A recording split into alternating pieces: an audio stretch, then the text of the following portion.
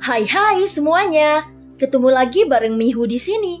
Oh iya, kali ini Mihu akan membawakan alur cerita dari film Donghua yang berjudul Battle Through the Heaven.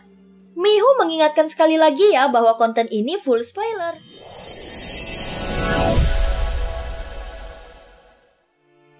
Melanjutkan dari kisah sebelumnya. Sebelumnya Xiaoyan sangat senang karena 10 tanamannya di Taman Limpu akhirnya sudah tumbuh. Zanlao juga menyarankannya menggunakan 5 elemen agar tanamannya bisa tumbuh lebih cepat. Namun Zanlao juga tidak lupa untuk mengingatkan Xiaoyan agar tidak terpapar dengannya, agar keberadaan pagoda emas tidak terekspos.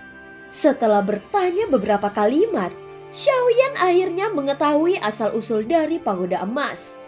Saat kata-kata ini sampai ke telinga Xiaoyan, itu terasa seperti guntur yang meledak di telinganya.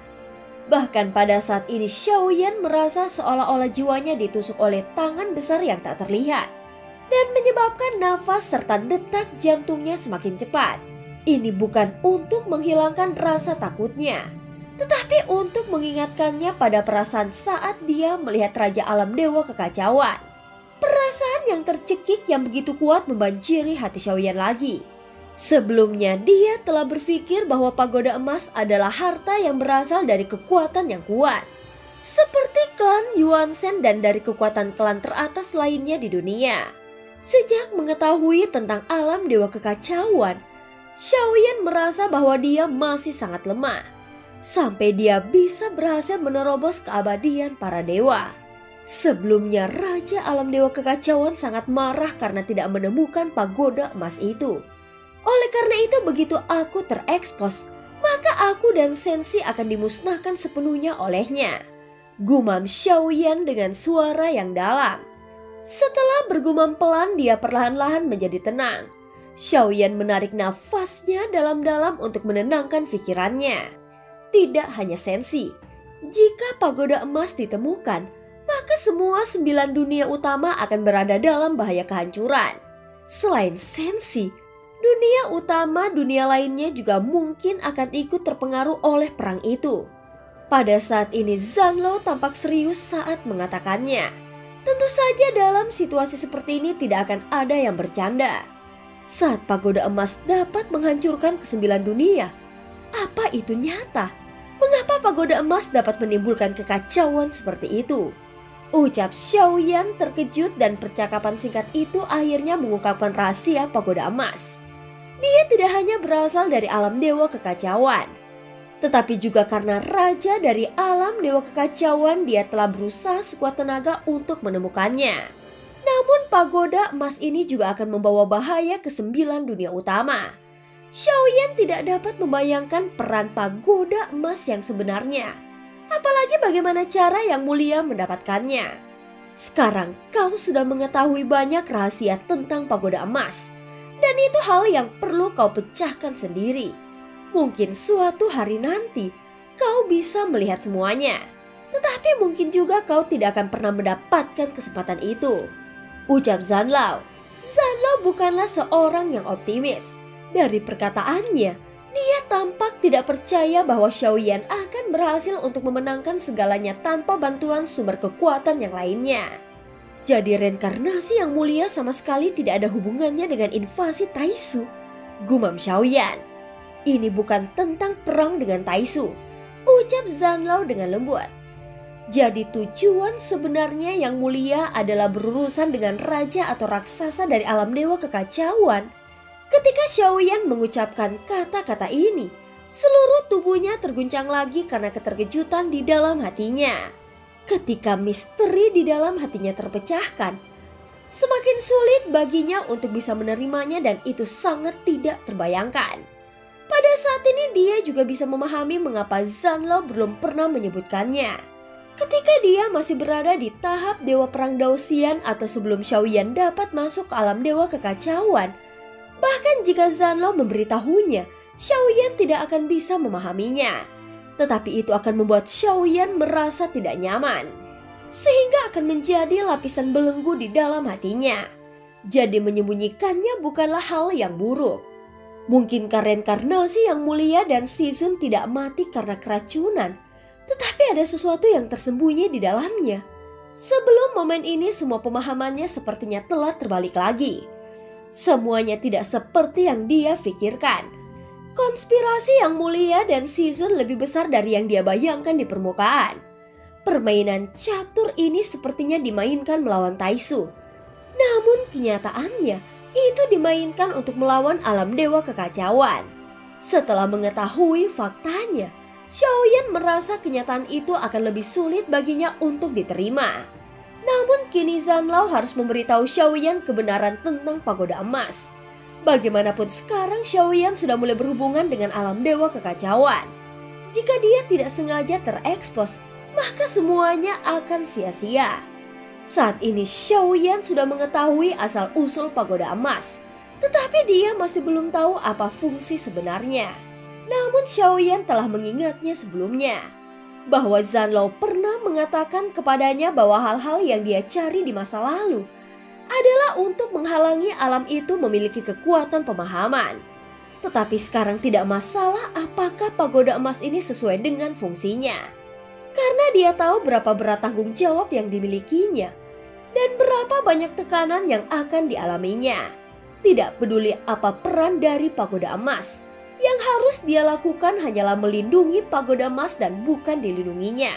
Bagaimanapun Xiaoyan belum mengetahui apa pengaturan yang mulia sebenarnya. Tetapi dia hanya mengetahui secara kasar bahwa semuanya akan terjadi di bawah pengaturannya. Dalam kasus ini mencegah leveling adalah hal yang baik. Namun bagaimana dengan yang mulia yang seolah-olah enggan menyerahkan ingatannya kepada Xiaoyan? Faktanya yang menjadi persoalan adalah saat ini Xiaoyan tidak bisa memikirkannya. Hanya ketika dia di tingkat kekuatan tertentu barulah dia dapat melihatnya dan memahami arti sebenarnya. Ternyata latar belakang pagoda emas begitu besar dan itu terlalu sulit untuk ditekan. Ini seharusnya bukan masalah. Bagaimanapun yang mulia sudah punya rencana untuk menghadapinya. Ucap Xiaoyan bergumam sambil mencubit dagunya. Tentu saja bagi Sensi kekuatan alam dewa kekacauan adalah bencana. Bahkan jika yang mulia memiliki pengaturan, kau masih perlu mengubah hasilnya, itu adalah tugasmu. Ketika Zanlao mendengar kata-katanya, dia menggelengkan kepalanya dan berkata yang membuat Xiaoyan tersenyum pahit. Aku tidak bisa melakukan apapun dalam hal ini. Bagaimana aku bisa mengubah hasilnya? Terlihat ada garis hitam di senyumannya dan saat ini hatinya sangat melankolis. Xiaoyan segera mengangkat kepalanya dan terus berjalan. Hahaha, berarti sikapmu itu bukanlah hal yang baik. Melihat senyuman khawatir itu, Zanlao tersenyum dengan tenang.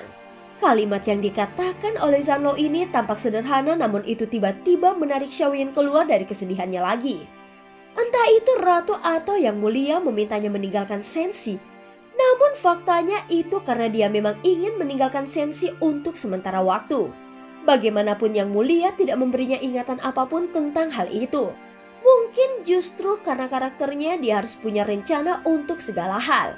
Tetapi untuk beberapa hal ini, dia menanyakan jalan yang harus dilaluinya. Mungkin itu merupakan jalan keluar yang sebenarnya. Xiaoyan tersenyum dan sekali lagi menangkupkan tinjunya kepada Zanlao. Percakapan ini membuat Xiaoyan tahu lebih banyak dan telah menghancurkan semua pengetahuannya lagi. Makna kata-kata terakhir Zanlao adalah membiarkan Xiaoyan menjadi dirinya sendiri, maka semuanya akan sukses. Saat ini Xiaoyan mengembalikan cangkul hitamnya ke dalam gubuk. Dan dia tiba-tiba mendengar sebuah suara yang muncul dari dalam benaknya. Xiaoyan segera menyadari sesuatu dan segera keluar dari pagoda emas lalu membuka matanya. Apakah penguasa Istana Chen sudah dibangkitkan kembali? Ucap Xiaoyan tersenyum dan bertanya tanpa sadar. Senior, bukan itu masalahnya. Sekarang kita sedang menghadapi masalah. Mereka sepertinya tidak menyukai kita. Suara Long Bio terdengar perlahan. Dan Xiaoyan segera mengangkat kepalanya lalu melihat selusin orang yang telah mengelilingi mereka. Pada saat ini suara yang dalam perlahan terdengar dari kerumunan. Segera semua orang memandang Xiaoyan dan yang lainnya dengan mata yang kejam. Kalian semua duduk bersila di sini tanpa mengambil nomor antrian. Mungkinkah kalian ingin memotong antrian? Ucap seorang pria keluar dari kerumunan berkata dan berjalan perlahan. Dia mengenakan mahkota emas dan pakaian sederhana yang elegan. Dia terlihat sangat agung dan orang ini adalah orang terkuat di sini yang merupakan langkah ke-8. Xiaoyan tidak menyangka bahwa dia akan datang ke pintunya dan menyarankan untuk mengambil nomor antrian. Ratusan orang ini sudah seperti musuh. Tentu saja dia tahu apa yang terjadi di sini. Setelah keluar dari pagoda emas, Xiaoyan dan yang lainnya ternyata sudah dikelilingi oleh orang-orang yang sudah berada di istana Chen sebelumnya. Sungguh nada yang sombong dan hanya mengandalkan jumlah orang yang lebih banyak. Ucap Long Biao berkata dengan nada menghina pada saat 3 orang telah tiba di hadapan mereka. Jangan bersikap sopan kepada mereka. Ucap pria di langkah ke-8 mendengus dingin. Dan sosok yang sedang duduk bersila di sekelilingnya langsung segera berkumpul di sekitar mereka dalam 3 tarikan nafas. Jika kalian tidak bubar, maka kalian akan mati. Ucap sosok itu. Mendengar kata-kata ini, Xiaoyan sedikit mengerinyit. Di dalam dunia kultivasi, yang lemah akan ditindas oleh yang kuat. Namun tidak ada aturan yang jelas terkait hal itu. Apalagi sekarang Xiaoyan sedang terburu-buru. Mungkin saja dia akan melakukan tindakan yang cepat. Aku tidak punya waktu untuk disia-siakan di sini bersama kalian. Mendengar teriakan keras Xiaoyan, pria di langkah ke-8 langsung mencibir. Karena dia merasakan kekuatan Xiaoyan hanyalah langkah ke-7. Begitu juga dengan Long Biao dan yang lainnya. Bahkan dia mengetahui ada yang hanya pada langkah ke-3. Dan tidak ada orang kuat di antara ke-8 dari mereka. Jadi sosok pria itu beranggapan bahwa Xiaoyan dan yang lainnya akan sangat rentan jika menghadapi lusinan dari mereka. Aku tidak tahu dari mana kau mendapatkan keberanian untuk berbicara. Saudaraku sekalian, bersiaplah untuk mengambil tindakan. Setelah mendengar kata-katanya, tiba-tiba puluhan orang berkumpul dan masing-masing dari mereka memiliki niat membunuh di wajahnya. Xiaoyan juga tidak berbicara omong kosong lagi. Sosoknya yang sedang duduk bersila langsung menghilang dalam sekejap mata menuju ke pria langkah ke-8. Pria tersebut tampaknya telah merasakan krisis yang kuat dan ekspresinya berubah drastis. Dia tampak ingin mundur. Tetapi karena ada begitu banyak orang, maka tidak ada cara baginya untuk menghindarinya. Sebuah tinju langsung menghantamnya dan secara refleks pria itu memblokir tinju Xiaoyan. Seketika terdengar suara tabrakan dan tiba-tiba lengan yang terakhir bergetar bersamaan dengan tinju yang meledak. Terlihat darah berceceran di mana-mana. Dan tinju Xiaoyan menyebabkan pria itu tertembak ke belakang sambil mengeluarkan garis darah di udara. Kemudian tubuhnya menghantam tanah dengan keras. Puluhan orang yang berada di sekitarnya langsung mundur ketakutan. Jelas sekali kebanyakan dari mereka hanya ingin menakuti Xiaoyan. Dan mereka sama sekali tidak mengambil tindakan apapun. Tindakan Xiaoyan barusan langsung mengejutkan semua orang. Mereka tidak percaya bahwa dia dapat menghancurkan langkah ke-8 hanya dengan satu pukulan. Aku tidak tertarik dengan hidupmu. Kau seharusnya mengerti itu. Suara dingin Xiaoyan terdengar bergema di udara. Segera sosoknya mendekati istana Chen. Xiaoyan tidak perlu mengeluarkan banyak kata-kata. Bagaimanapun tinjunya telah berbicara. Saat Xiaoyan datang, penguasa istana Chen sudah dibangkitkan kembali. Dan kelompok yang paling dekat dengan istana Chen segera mengambil langkah untuk mundur. Meski ada raut keengganan di wajah mereka, namun setelah menyaksikan adegan barusan tidak ada yang berani memprovokasi Xiaoyan lagi. Adapun langkah ke-8 yang lengannya terlepas karena pukulan Xiaoyan, sekarang tampak pucat. Dia segera mundur ke belakang kerumunan dan tidak berani mengatakan apapun lagi. Segera Xiaoyan dan rombongannya melihat ke dalam istana Chen. Tidak lama kemudian dari sana terdengar suara pertarungan sengit. Hanya saja pertempuran itu berjalan lancar dan akhirnya benar-benar berakhir. Kemudian kelompok Xiaoyan segera meninggalkan istana Chen. Adapun pria di langkah ke-8 segera menundukkan kepalanya. Dia takut Xiaoyan akan datang lagi untuk menyelesaikan pertarungan dengannya. Sementara itu Xiaoyan segera mengambil token runtuhan kuno Dewa Abadi dan Iblis. Dia melihat sekarang sudah ada segel emas keempat di atasnya. Untuk selanjutnya masih ada istana Sen dan Surgawi. Selama berada dalam gerbang kuno ini, Xiaoyan tidak pernah bertemu dengan Ning Yao. Dia merasa mungkin akan bertemu dengannya di antara dua istana berikutnya. Xiaoyan segera mengenakan jubah hitam dan menutupi wajahnya. Dalam situasi ini, dia harus mengambil langkah yang berhati-hati dan itu merupakan hal yang benar. Karena ini akan memungkinkan lebih banyak variabel. Sangat disayangkan bahwa di dunia kuno Dewa Abadi dan Iblis ini tidak banyak yang bisa menghasilkan sebuah obat. Bahan obatnya sangat langka. Padahal klan Yuanzhen sangat rentan dengan racun. Kita harus mencari solusinya dengan segera mungkin. Tubuh fantasi emas ini juga sangat rentan dengan racun. Apakah kau tidak punya solusi? Xiaoyan bertanya kepada Jin Huanzhen. Aku tidak tahu tentang klan Yuanzhen sekarang. Ucap Jin Huanzhen yang berada di dalam tubuh Xiaoyan segera menjawabnya. Kita harus segera mendapatkan solusinya. Ucap Xiaoyan tampak sedang berpikir. Sepertinya begitu sebenarnya. Tidak sulit untuk memecahkan masalah ini. Bukankah lebih sulit untuk mengalahkan lawan sebelum racun dilepaskan? Jin Huanzhen berkata dengan ringan. Tetapi bagaimana jika racun dilepaskan sebelum kita bisa menangkapnya? Xiaoyan bertanya dan tidak menyangka Jin Huanzhen menganggap remeh masalah ini. Kami para klan Yuanzhen selalu membawa pil penawar racun setiap saat. Tentu saja kami tidak takut. Jawab Jin Huanzhen. Kalian klan Yuanzhen memiliki orang yang pandai memurnikan obat. Ucap Xiaoyan berkata dengan terkejut. Itu tidak benar. Bukankah cukup hanya menangkap beberapa alkemis saja? Ucap Jin Huanzhen berkata dengan nada yang tidak membuatnya malu tetapi bangga. Tentu saja dia tidak tahu bahwa Xiaoyan juga seorang alkemis. Xiaoyan terdiam setelah mendengar kata-katanya. Saat ini mereka sedang dalam perjalanan ke Istana Shen. Dan selama di perjalanan ini, Xiaoyan melihat beberapa monster berlari karena diburu oleh beberapa orang. Xiaoyan sebenarnya tidak kehilangan banyak sumber daya. Bagaimanapun dia tidak menghabiskan banyak kekuatan keabadiannya. Sejak datang ke sini, semua pertarungan dilakukan menggunakan tubuh fisiknya. Tentu saja metode pertarungan utama adalah tubuh klan Yuanzhen. Dan ini juga merupakan metode terkuat Xiaoyan saat ini. Kecuali jika dia bisa menerobos keabadian para dewa, mungkin dia tidak akan lagi bergantung pada tubuh klan Yuanzhen-nya. Namun saat ini jaraknya masih cukup jauh. Sehingga dia masih mengandalkan tubuh keabadian fisiknya. Apalagi dia juga memiliki peluang untuk menerobos ke arah alam leluhur. Saat ini dia masih berpartisipasi dalam beberapa pertempuran. Dan kekuatan keabadiannya juga belum mencapai kondisi puncaknya. Bagaimanapun di dunia ini kekurangan sumber daya dan kecepatan pemulihan juga sangat lambat. Oleh karena itu banyak orang yang hanya bisa mengganti kerugiannya sendiri dengan berburu monster. Setelah beberapa saat, Xiaoyan akhirnya menemukan pegunungan yang tidak jauh dari Istana Shen. Sebelum memasuki tempat itu, dia baru saja melihat bahwa tempat itu ditutupi oleh penghalang beracun. Melihat ini Xiaoyan langsung memiliki firasat buruk di dalam hatinya. Dan dia semakin yakin akan bertemu dengan Ning Yao di sini.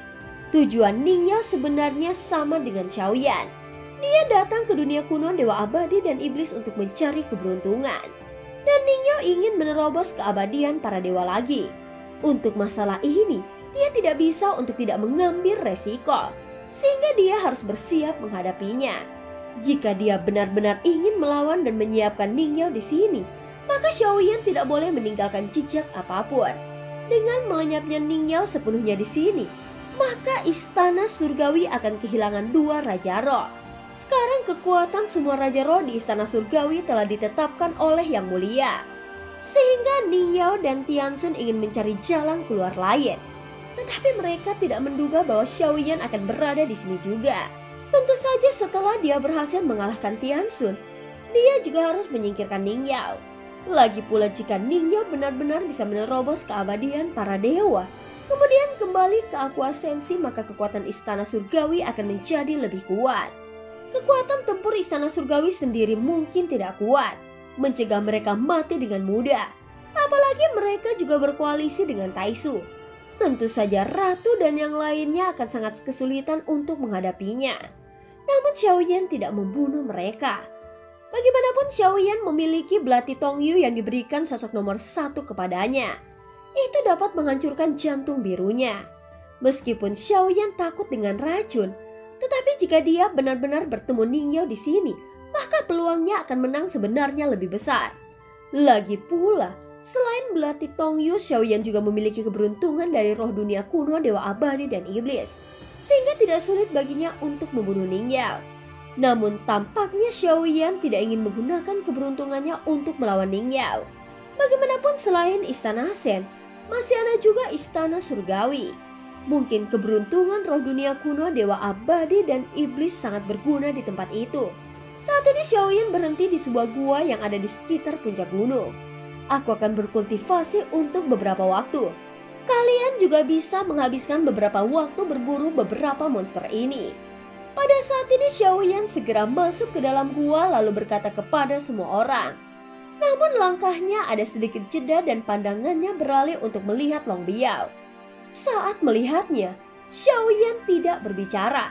Namun Long Biao sudah mengerti maksudnya. Jangan khawatir senior, aku tidak akan melarikan diri, ucap Long Biao sambil menggaruk kepalanya. Dan film pun berakhir. Terima kasih udah dengerin Mihu dari awal sampai akhir ya. Sampai jumpa.